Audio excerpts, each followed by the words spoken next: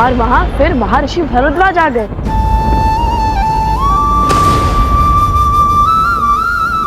माता, माता आप ठीक तो है ना?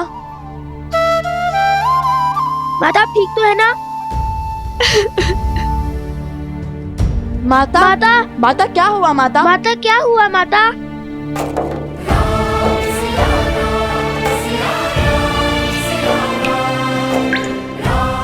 माता आप ठीक तो है माता ना? आप ठीक तो है ना?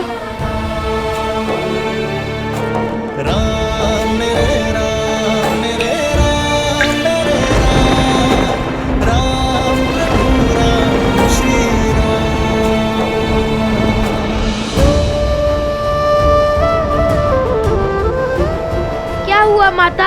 आप आहत क्यों हैं? बताइए हमें माता। मैं तो इस आश्चर्य में हूँ कि मेरे तन में अभी तक प्राण क्यों है। ये क्या किया तुमने पुत्रों? उन पर धनुष तान दिया, जिनके चरणों में तुम्हारा स्थान था।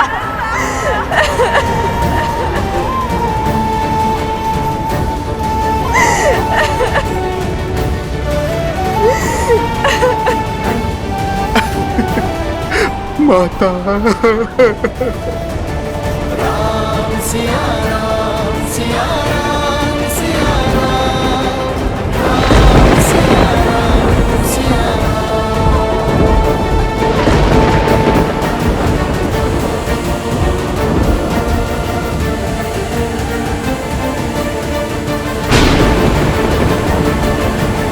देवी सीता स्वयं प्रकृति है, किंतु देखिए उनका कष्ट प्रकृति के लिए भी असहनीय है।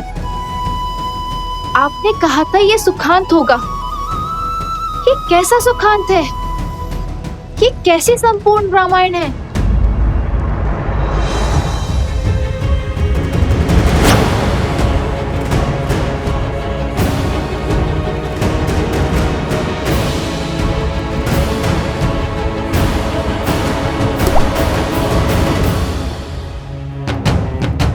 शीघ्र हो, अति शीघ्रता करो, समय नहीं है हमारे पास। हे प्रभु, शीघ्र आओ, शीघ्र आओ, शीघ्र आओ, आओ, आओ।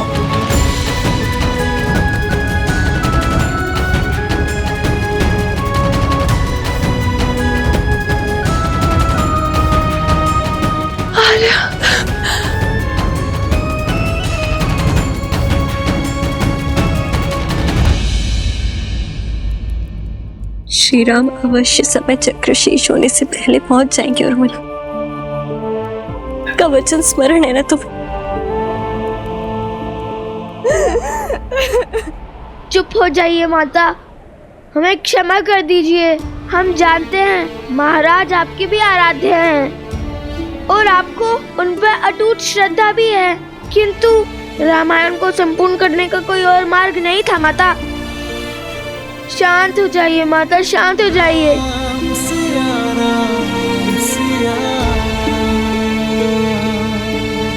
शीघ्र करो। प्रकृति के इस तांडव को देखकर लग रहा है अधिक समय नहीं है हमारे पास।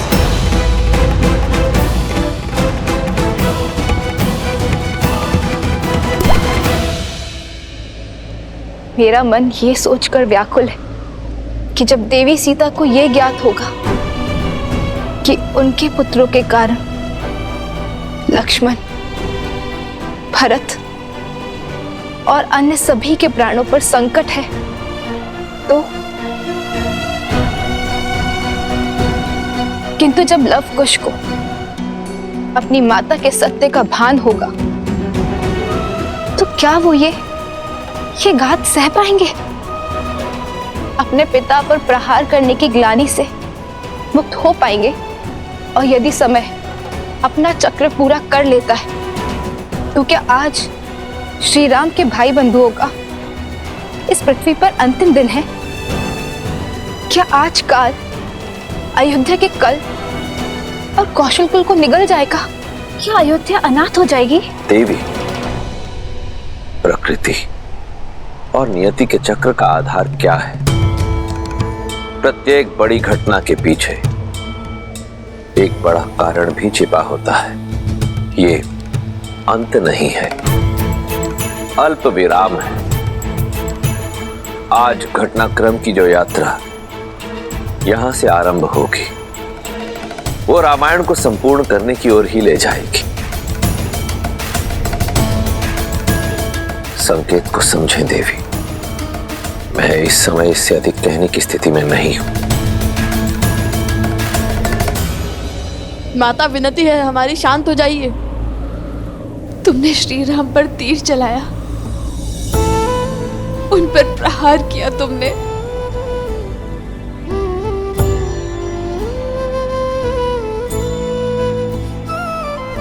तुमने जिस रामायण को संपूर्ण करने की सौगंध खाई थी, आज उसी रामायण को सदा सदा के लिए अपूर्ण कर दिया।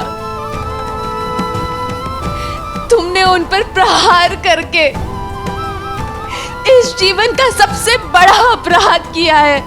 माता उनके समक्ष धनुष उठाकर।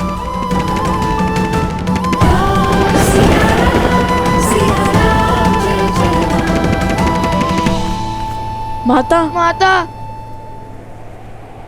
तुम दोनों ने इस जीवन का सबसे बड़ा अपराध किया है। क्या तुम दोनों इतने बड़े हो गए, इतने ज्ञानी हो गए कि स्वयं श्री राम से युद्ध करने को आतुर हो गए?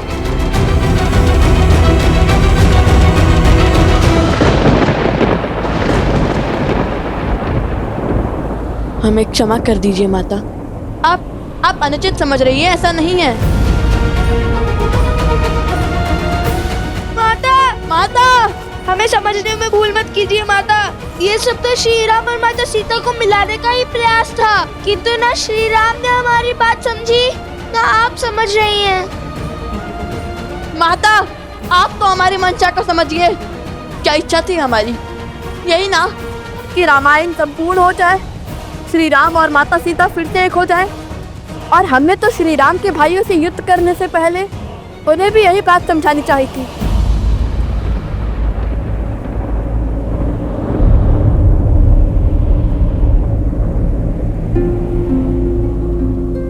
भाइयों को?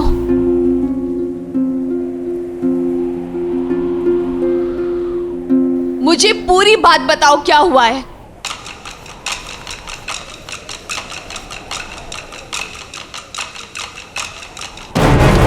वो हुआ यूं, हमने श्री राम को लाने के लिए अश्वमेध यज्ञ का अश्व रोक लिया। अब राज अनुज लक्ष्मण, भरत, शत्रुघ्न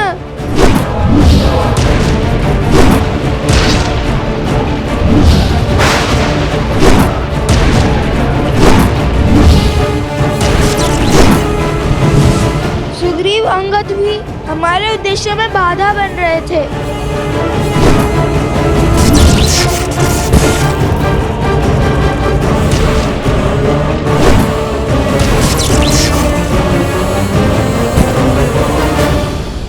तुमने सबको क्या करते माता, कोई भी प्रेम से समझ ही नहीं रहा था। हर कोई अश्वमेध यज्ञ के अश्व को अपने समान, अपनी प्रतिष्ठा से जोड़ रहा था। इसलिए हमने उसकी दुविधा का अंत द्वंद से किया, उनसे युद्ध करना स्वीकारा। भगवान वाल्मीकि की दी हुई सीख का पालन करते हुए, अपने धर्म का पालन करते हुए उनसे युद्ध लड़ना स्वीकार किया। और जो अपनी मान मर्यादा की लड़ाई लड़ रहे थे, वह हमारी धर्म की लड़ाई के सामने निर्बल पड़ गए।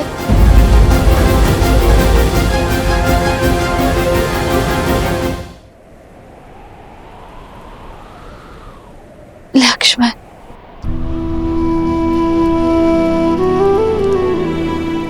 भरत। माँ, कितना अभागा हूं मैं, अपना पुत्र धर्म नहीं निभा पाया।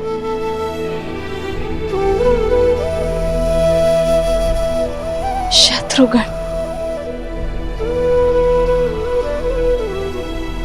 विभीषण, आपको धन्यवाद देने आया हूँ, मुझे मार्ग दिखाने के लिए। सुग्रीव, अंगद, सब पर प्रहार किया तुम दोनों ने। हाँ माता, जो भी हमारे उद्देश्य के बीच में आया, हमें उन्हें मूर्छित करना पड़ा।